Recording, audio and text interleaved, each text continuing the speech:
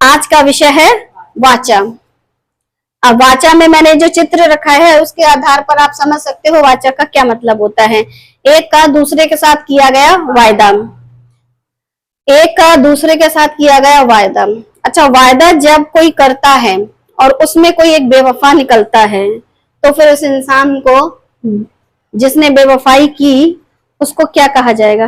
दो में से अगर एक भी वाचा में नहीं चलता है तो आज का जो विषय है वो वाचा। वाचा दो लोगों से मिलकर होती है और दो में से अगर कोई एक वाचा को तोड़ देता है तो वो वाचा टूट जाती है। और यहाँ पर वाचा का मतलब इंसानों से नहीं है, यहाँ पर वाचा का मतलब परमेश्वर से है। तो क्या परमेश्वर झूठे हैं? क्या परमेश्वर बेवफा हैं? क्या परमेश्वर वाचा को तोड़ते हैं? क्या परमेश्वर अपने बनाए रिश्ते से मुकर जाते हैं? अच्छा, ये सारे काम कौन करता है? इंसान, मनुष्य। और इंसान जब ये सारे काम करके उस वाचा को तोड़ देता है तो फिर परमेश्वर को क्या करना चाहिए? परमेश्वर कब तक एक तरफा निभाए रिश्ता? कभी भी कोई भी इंसान अगर एक तरफा की बात चलती है तो इंसान बोलता है एक हाथ से ताली बजाओ। और फिर जब परमेश्वर की ओर से विपत्तियां आती हैं, क्योंकि विपत्तियां भी परमेश्वर भेजता है, और फिर हाय दैया तौबा हो जाती है, उसके बाद फिर प्रार्थना करोगे, उसके बाद फिर उपवास रखोगे, उसके बाद फिर यीशु को पुकारोगे, तो क्यों सुने वो, जब पहले ही तुम वायदा तोड़ चुके हो। उसके बाद फिर प्रार्थनाएं होती, फिर कहते यीशु नहीं सुनता, तुमने पहले सुनी थी। जो परमेश्वर आपके साथ वाचा बांध करके रखता है, और वो भी जब वाचा बांध रहा है तो आपको ध्यान रखना है, आपके साथ वाचा बांधी गई है और आपके पास एक सवाल आएगा। क्या आप जानते हैं, क्या आप जानते हैं पहली वाचा किसके साथ बांधी थी? आप लोगों को इस बात का भी ध्यान रखना है कि वाचा जो थी पहली वो किसके साथ बांधी गई थी? है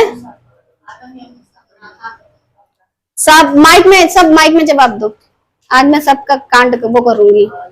हाँ हाँ ठीक है, सब माइक में आवाज लगाओ। क्या है माइक?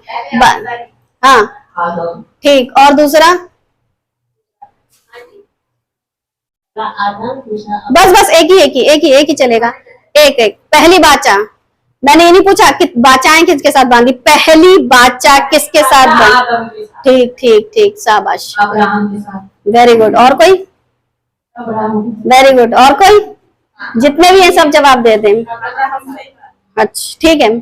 क्या आप जानते हैं पहली वाचा किसके साथ बांधी गई थी? वाचा, एक वाचा होता है, एक अधिकार होता है।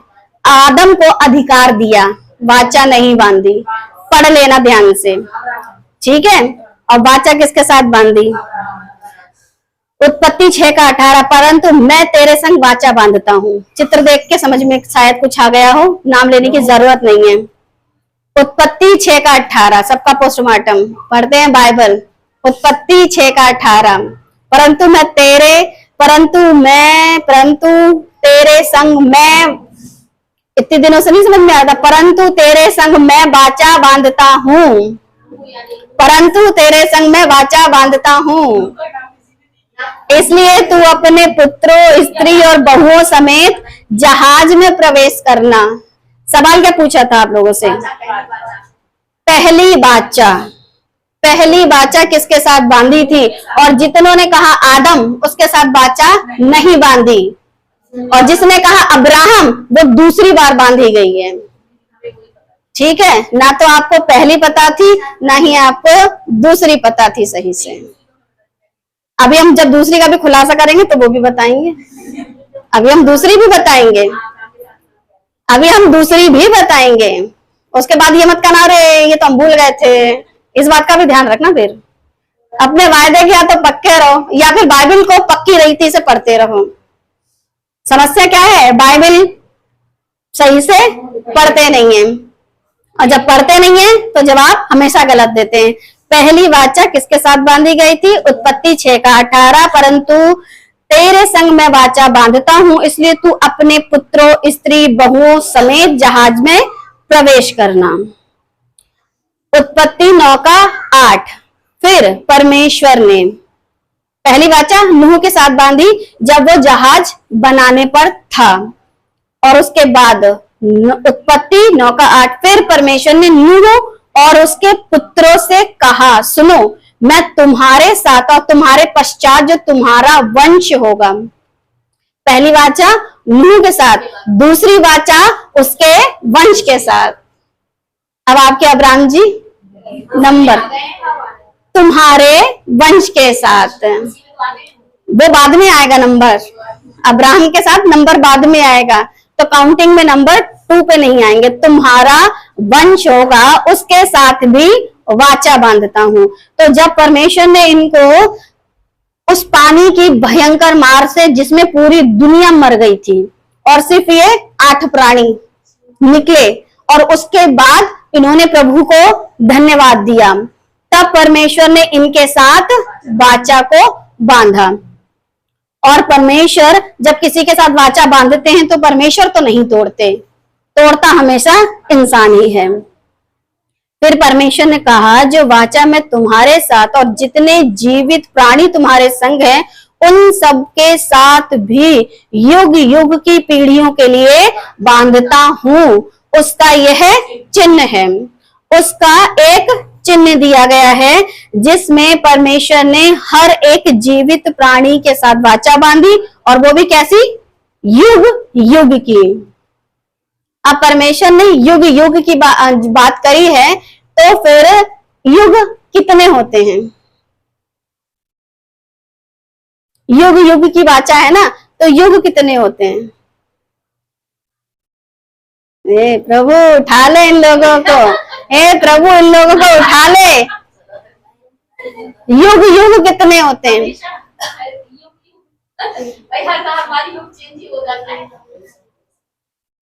मतलब अभी थोड़े दिनों पहले आप लोगों को स्टडी दी थी, बीता युग जा चुका है, जिसमें आदम से लेकर के मसीहा तक एक युग, दूसरे युग हम चल रहे हैं। कितने युग थे? युग युग, इसलिए 2 बार आया है। एक युग जो आदम से मसीहा तक, वो युग जा चुका है, उसमें भी प्रभु साथ थे, और जो दूसरा युग ये जो चल रहा है इसमें भी प्रभु साथ है। हाँ, तो यही तो बताया था मैंने, यही तो पूछा था मैंने, युग कितने हैं। फिर परमेश्वर ने कहा, जो वाचा मैं तुम्हारे साथ और जितने जीवित प्राणी तुम्हारे संग हैं उन सबके साथ भी युग युग की पीढ़ियों के लिए बांधता हूं, उसका यह चिन्ह है। इस जो पहला युग जा चुका, परमेश्वर ने उसके साथ वाचा बांधी, और जो दूसरा युग चल रहा है जिसमें हम लोग हैं, परमेश्वर ने हमारे साथ वाचा बांधी। पिछले युग के लोगों ने परमेश्वर की वाचा को तोड़ा, तो प्रभु इतने खफा थे कि कनान में सिर्फ 2 गए। इस युग के लोगों से प्रभु खफा है, तो फिर स्वर्ग में कितने जाएंगे? स्वर्ग में भी जाने वाले ज्यादा नहीं होंगे, क्योंकि आप वाचा तोड़ रहे हो। जो वाचा तोड़ेगा वो परमेश्वर के राज्य में कभी नहीं जाएगा, भले ही पूरी जिंदगी हालेलुया करता रहे। क्या आप जानते हैं वाचा का क्या चिन्ह है? परमेश्वर वाचा बांधते हैं और परमेश्वर वाचा के चिन्ह भी देते हैं। बिना चिन्ह के कोई भी वाचा नहीं होती है। जैसे अब्राहम के साथ वाचा बांधी थी, उसका चिन्ह था खतना, और हम सबके साथ जो वाचा बांधी गई है उसका चिन्ह क्या है? वो बपतिस्मा हम लोग लेते हैं, जिसको कहते हैं कि एक होता है शरीर का खतना और एक होता है कि हमारे मन का खतना। और बपतिस्मा का मतलब क्या होता है? सब कुछ को छोड़ करके, मन फिरा करके यीशु के पास आओ। तो हर बार एक चिन्ह मिलता है, और यहाँ पर भी परमेश्वर ने एक चिन्ह दिया कि क्या आप जानते हैं वाचा का चिन्ह क्या था?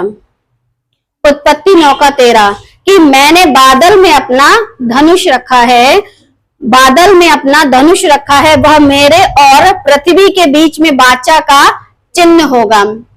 और यह चिन्ह, भले ही इसका नाम किसी ने कुछ भी रख दिया हो, लेकिन इसका निकलना तभी से शुरू हुआ है जब से परमेश्वर ने वाचा बांधी और चिन्ह दिया।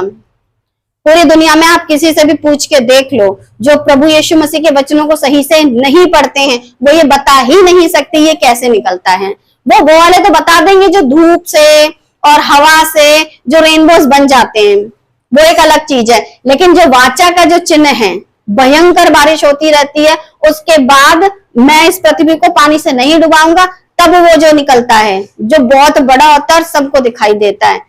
वहां भी जहां झरने समंदर बह रहे हैं, क्योंकि वहां तो बनते रहते हैं, लेकिन वहां भी जहां ये सब कुछ नहीं भी होता है, तो वो ऐसा दिखाई देता है। मैंने बादल में अपना धनुष रखा है और वह क्या करता है, मेरे और पृथ्वी के बीच में वाचा का चिन्ह होगा। और ये जो वाचा का चिन्ह है ये प्रभु का आज तक बना हुआ है। लेकिन क्या मसीही लोग प्रभु में आज तक सही से बने हैं? उनका चिन्ह तो दिख रहा है, उनकी वाचा तो पक्की है, उनकी तरफ से तो कहीं कमी नहीं है। लेकिन अगर कहीं कुछ कमी है तो वो है इंसानों की तरफ से। वाचा के चिन्ह में 7 रंग ही क्यों होते हैं? वाचा के चिन्ह में 7 रंग ही क्यों होते हैं? पहला कौन सा रंग होता है? लाल, नारंगी, पीला, हरा, नीला, बैंगनी, इंडिगो। ये जो 7 रंग हैं, ये 7 रंग जो हैं इसमें क्यों होते हैं? वाचा के चिन्ह में 7 रंग ही क्यों होते हैं? क्या आप जानते हैं वाचा के चिन्ह में 7 रंग ही क्यों होते हैं? और अगर आप जानते हैं तो बढ़िया बात है, और नहीं जानते हैं तो आपको बताया जाएगा कि वाचा के चिन्ह में 7 रंग ही क्यों होते हैं। बाइबल से जानते हैं, बाकी सारी किताबों का मुझे नहीं पता, बाकी सारी दुनिया की नॉलेज का मुझे नहीं पता, बाकी किसी हिस्ट्री और ज्योग्राफी का मुझे नहीं पता, मैं बाइबल से जानती हूँ।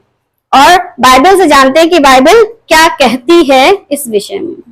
यहोवा का आत्मा, बुद्धि का आत्मा, समझ का आत्मा, युक्ति का आत्मा, पराक्रम का आत्मा, ज्ञान का आत्मा, यहोवा के भय का आत्मा, जो कि लाल, नारंगी, पीला, हरा, नीला, बैंगनी, इंडिगो, ये रंग आपको मिलेंगे, जो कि एक जिसे कहते हैं इंद्रधनुष लोग कहते हैं, जिसे हम अंग्रेजी में रेनबो कहते हैं, उसके 7 रंग और परमेश्वर के 7 आत्माएं, इनके साथ इसको कनेक्ट किया है। क्योंकि जो वाचा का चिन्ह है उसके विषय में भविष्यवाणी हुई थी, और यशाया 11 के 2 में लिखा, यहोवा का आत्मा, बुद्धि और समझ का आत्मा, युक्ति और पराक्रम का आत्मा, ज्ञान और यहोवा के भय का आत्मा उस पर ठहरा रहेगा, उस पर ठहरा रहेगा।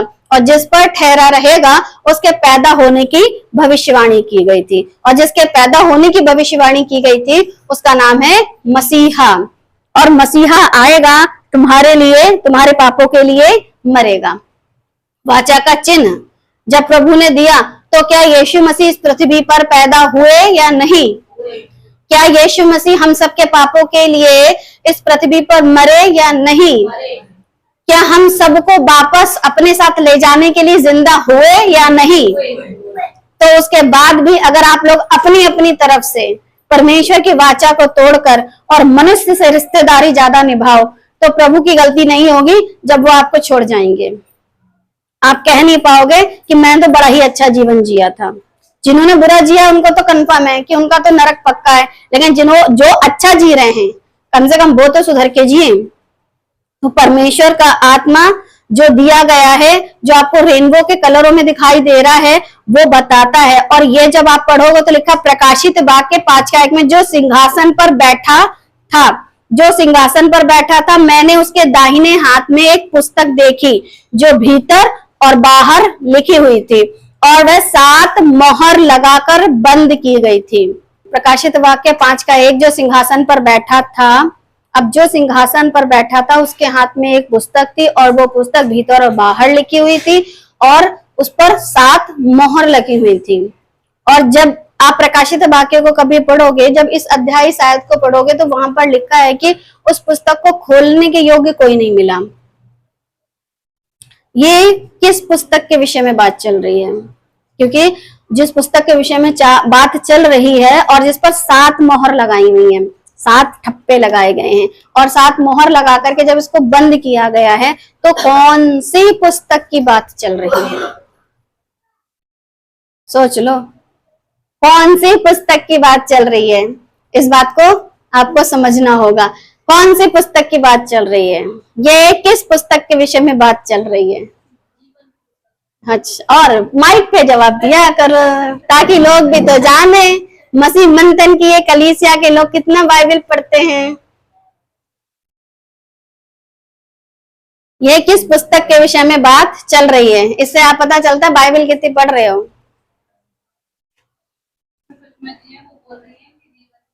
हाँ, इधर भी चल रहा है सेम जीवन की पुस्तक, सेम चल रहा है जीवन की पुस्तक। यहाँ पर भी यही चल रहा है आंसर। मनुष्य के जो कहते हैं ये किस पुस्तक के विषय में बात चल रही है? आप लोग सोचते रहो, मैं आपको बाद में बताती हूँ। किस पुस्तक, किताब की बात चल रही, इंसान की बात नहीं चल रही है, परमेश्वर की बात नहीं चल रही, पुस्तक की बात चल रही है। ये किस पुस्तक के विषय में बात चल रही है? क्या आप जानते हैं? क्या आप जानते हैं किस पुस्तक के विषय में बात चल रही है? वाचा की दो पटियाएं। अब पूछोगे कि क्यों, आपने ऐसा क्यों कहा? क्योंकि मैं आपको एक सबूत देती हूं। भीतर बाहर, भीतर बाहर लिखी हुई है, 7 मोहर से बंद की हुई है। और भीतर और बाहर जो लिखी है वो सिर्फ एक ही लिखी गई थी, ठीक है। और उसको कहते हैं वाचा की 2 पटियाएं। सिर्फ वाचा की 2 पटियाएं थी जो भीतर और बाहर लिखी गई थी। निर्गमन 32 का 15 सबूत के तौर पर, कहीं ऐसा ना लगे कि मैं झूठ बोल रही हूँ। निर्गमन 32 का 15। तब मूसा मुड़कर साक्षी की दोनों तख्तियों को हाथ में लिए हुए पहाड़ से उतर गया। उन तख्तियों के इधर और उधर दोनों ओर लिखा हुआ था। उन तख्तियों के दोनों ओर इधर और उधर लिखा हुआ था। क्या आप लोगों की बाइबल में जो कवर लगा होता है उसके बाहर और उसके अंदर वचन लिखे हुए होते हैं? बाहर सिर्फ एक ही चीज लिखी होती, पवित्र शास्त्र। बाहर इसके अलावा और कुछ नहीं लिखा होता है। तो कैसे कह दिया बाइबल?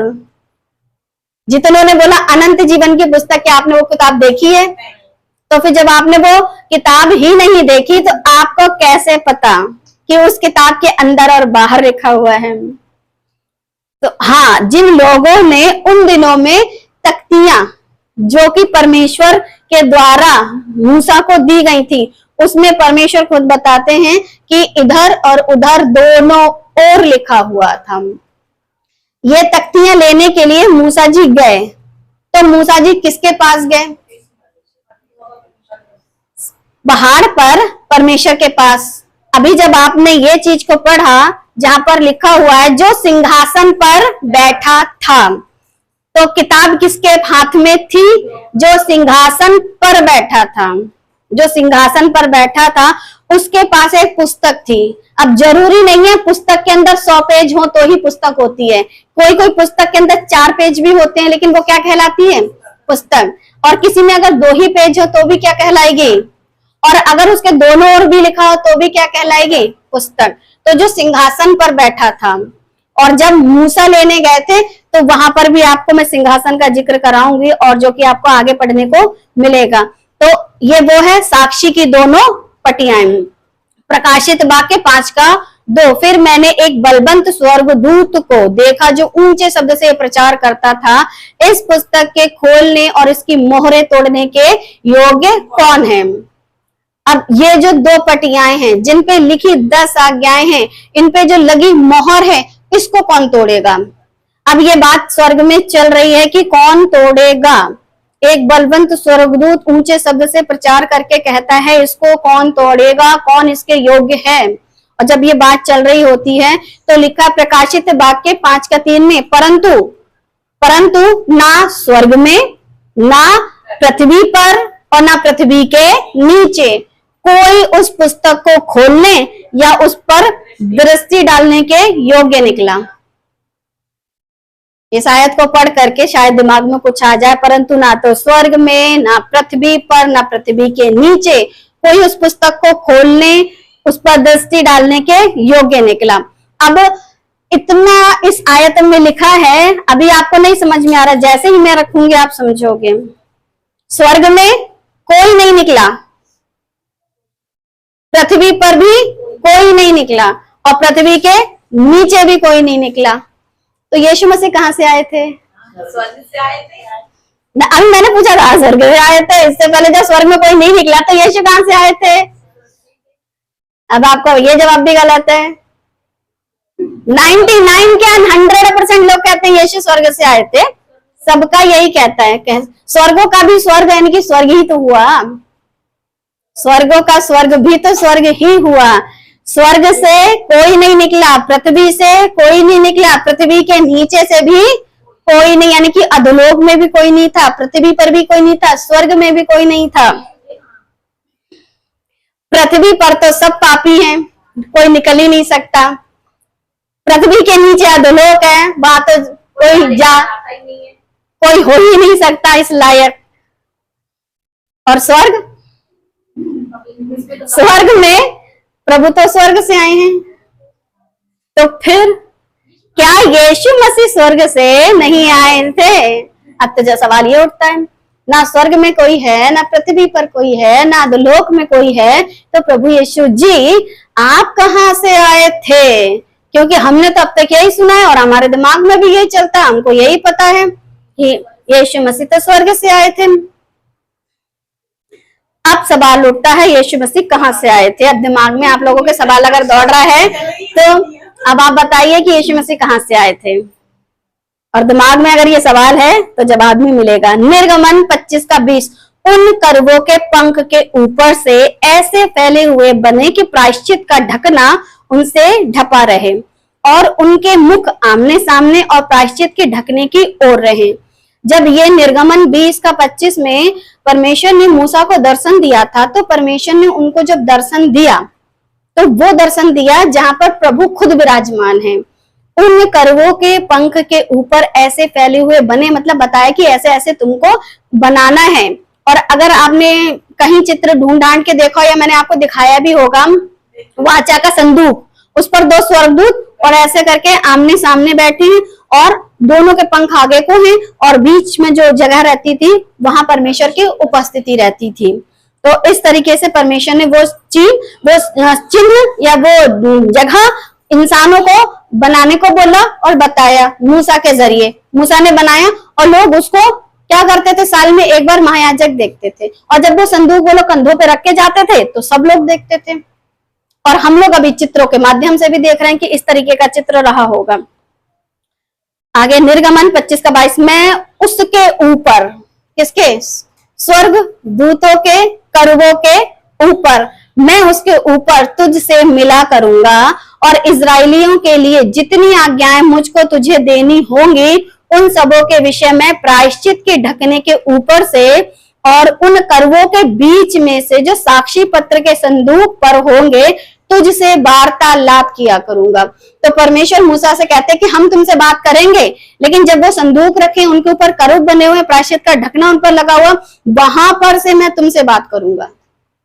अब परमेश्वर हर बार आकर के बात करते थे, तो प्रभु तो जीवित है, तो फिर मृत ईश्वरों के पीछे क्यों चल रहे हैं? या तो ये कह दो कि ये कहानी झूठी है, और अगर कहो ये सच्ची है तो फिर झूठे ईश्वर के पीछे क्यों? एक को प्रभु मान लो ना, चाहे झूठे को मान लो, चाहे सच्चे को मान लो, चाहे परमेश्वर यहोवा परमेश्वर को अपना प्रभु मान लो, जिसने अपना इकलौता बेटा दिया उसको मान लो, या फिर दुनिया के जितने भी ईश्वर चल रहे हैं उनको मान लो, आपकी मर्जी। परमेश्वर ने आजादी सबको दी है और वो कहते हैं मैं बात करूंगा और वो बात करेंगे। अभी तक दिमाग में ये चल रहा है कि फिर प्रभु बैठे कहाँ हैं, अभी आएगा। आपको मैंने इतना बता दिया, आना चाहिए, लेकिन अभी फिर आएगा। यशाया 37 का 16, हे सेनाओं के यहोवा, हे करूबों पर विराजमान, ढकने पर 2 करूब बनाना, करूबों पर विराजमान, स्वर्गदूतों पर विराजमान। तो वो स्वर्ग में नहीं है, जहां स्वर्गदूत रहते हैं उसे स्वर्ग कहते हैं, लेकिन उसके ऊपर भी एक जगह है, उसके ऊपर भी एक जगह है, करूबों पर विराजमान, यानी करूब मतलब स्वर्गदूतों पर रहने वाले। इजराइल के परमेश्वर, पृथ्वी के सब राज्यों के ऊपर केवल तू ही परमेश्वर है, आकाश और पृथ्वी को तू ही ने बनाया है।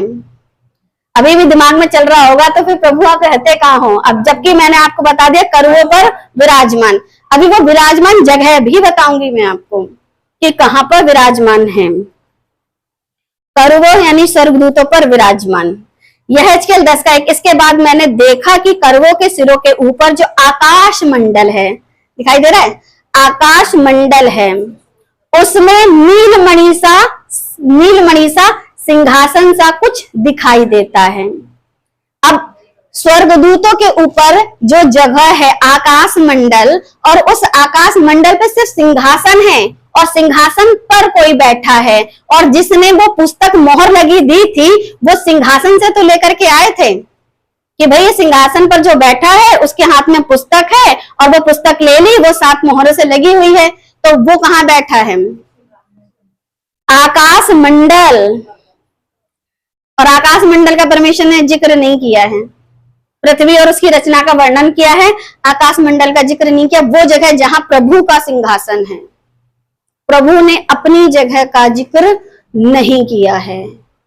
लेकिन वो चीजें आपको कहां मिलती हैं? जब आप परमेश्वर का जो मूसा के द्वारा बनाया गया तंबू, और उसके बाद दाऊद के द्वारा बनाया गया मंदिर, और उसके बाद टूट करके फिर बनाया गया मंदिर, और फिर हमारे और आपके लिए चलता फिरता मंदिर मसीहा, तब आपको ये चीजें समझ में आएंगी कि वो परमेश्वर जीवित है जो ऐसी जगह बैठा है, आकाश मंडल, आकाश मंडल पर वहां बैठा है। और उस परमेश्वर का भय ना मान करके सूरज का, चांद का, तारों का, धागों का, अभी चला था धागा, इतना भय था कहीं मर ना जाए, इसलिए धागा बांधो जिंदा रहेगा। अरे जो आकाश मंडल पर बैठा है अगर वो मार डाले तो जाने कितने एक्सीडेंट में मर गए, और कितने अभी हवा हो गए, अभी कौन कौन से भूकंप आ रखे और पहाड़ गिर रहे, क्या उन्होंने धागे ना बांधे थे? फिर बेचारे धागा सही नहीं था, अच्छी कंपनी का होता तो बच्चे होते। अरे अन्य जाति कर रहे तो चलता, ईसाई होकर के कलंकित हो रहे हो, शर्म तो ये आनी चाहिए। पूरी कपड़े सर से पैर तक धागों के बुने हुए हैं, फिर भी तुम ईसाइयों को अपना प्रभु छोटा लगता है जो आकाश मंडल के घेरे पर बैठा है, और तुमको फिर भी डाउट हो रहा है, तुमको फिर भी शक हो रहा है जीवित परमेश्वर कहाँ है और तुमको किन चक्करों में पड़े हुए हो। निर्गमन 24:10, और इजराइल के परमेश्वर का दर्शन किया। ये उन लोगों ने किया जिनको 10 आज्ञाएं मिली थी। अब वो कनेक्शन में आपको याद आ रही, उसके चरणों तले, उसके चरणों तले नील मणि का सा चबूतरा सा कुछ था जो आकाश के तुल्य ही स्वच्छ था। जब मूसा और उसके 7 लोगों को बुलाया गया था, और फिर जब मूसा को बुलाया गया था तो वहां पर परमेश्वर के चरणों तले नील मणि सा चबूतरा सा था। तो उनको कहां दर्शन देने के लिए बुलाया गया था? जबकि वो थे पर्वत पर, मगर दर्शन कहां का कर रहे थे? जहां प्रभु हैं। तो प्रभु के लिए कोई काम असंभव नहीं है। वो आपको दर्शन वहां के कराए और पूरा नजारा दिखाया कि जहां मैं हूं, जहां मेरा राज्य है, जहां मेरे लोग हैं, जहां वो मैं, जो मेरे को प्रभु कहते हैं, जो मुझ पर क्या कर रहे हैं, मेरी महिमा कर रहे हैं, पवित्र करते हैं, वो सब दिखाया। वो सब आपको मिलेगा, वो सारा आपको मिलेगा। और जो कुछ आपको मिलेगा वो जब आप पढ़ोगे व्यवस्था विवरण की पुस्तक, आप पढ़ोगे व्यवस्थाओं की पुस्तक, तब आपको पता चलेगा कि प्रभु ने तो कुछ भी नहीं छुपाया। अपने रहने का स्थान, अपना सिंहासन, अपना बेटा, खुद को, सब कुछ को आपके लिए क्या कर दिया? दे दिया। और आपके पास क्या है? छोटे छोटे रिश्तेदार, जो कि जब भी किसी रिश्तेदार के पास जाओ वो धोखा देता है।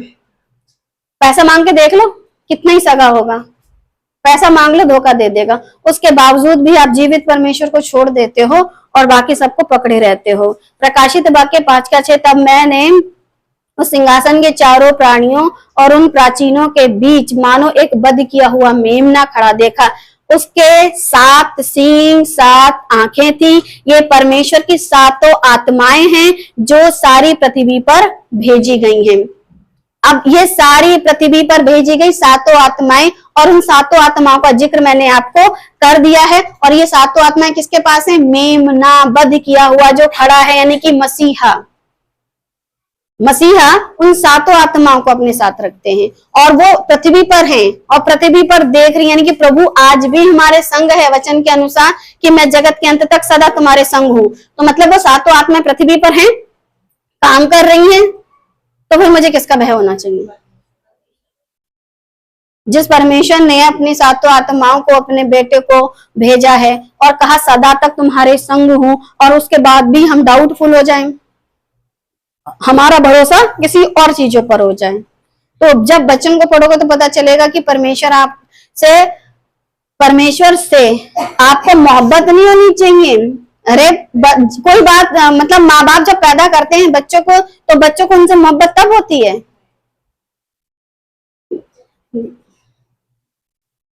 माँ बाप बच्चों को पैदा करते हैं तो बच्चों को पता है कि यही माँ बाप हैं। उसके लिए फिर माँ बाप डंडा उठाएं, चाहे कुछ भी करें, लेकिन उनको उनसे मोहब्बत है। सरदीस की कलीसिया के दूत को यह लिख, जिसके पास परमेश्वर की 7 आत्माएं और 7 तारे हैं, वह यह कहता है कि मैं तेरे कामों को जानता हूं कि तू जीवित तो है पर कहलाता है पर मरा हुआ है।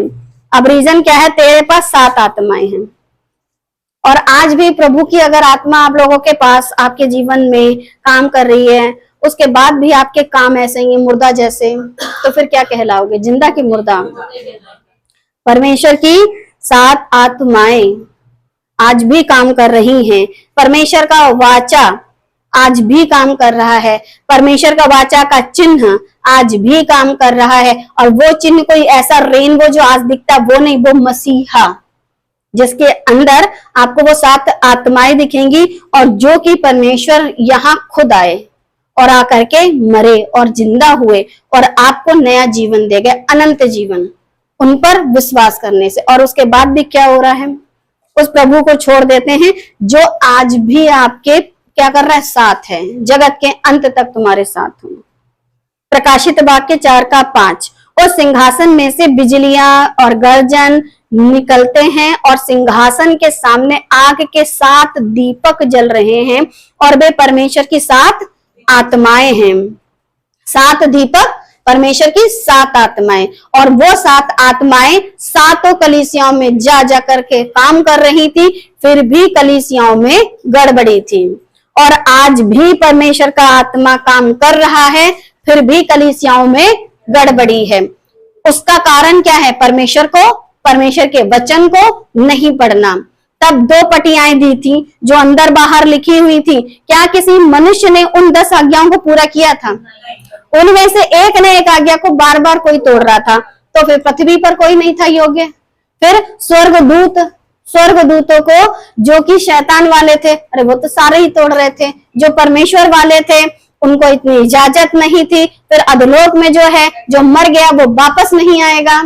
तो फिर उस मोहर को, जो 7 मोहरें लगा करके उस किताब को जब बंद किया गया, तो कौन खोलेगा? कोई योग्य ही नहीं है, क्योंकि किसी भी काम करने के लिए आपके पास उतनी ताकत तो होनी चाहिए। उन 10 आज्ञाओं को यदि किसी ने पूरा किया तो उनका नाम है प्रभु मसीहा। लिखा है ना, उन्होंने सारी व्यवस्था को पूरा कर दिया।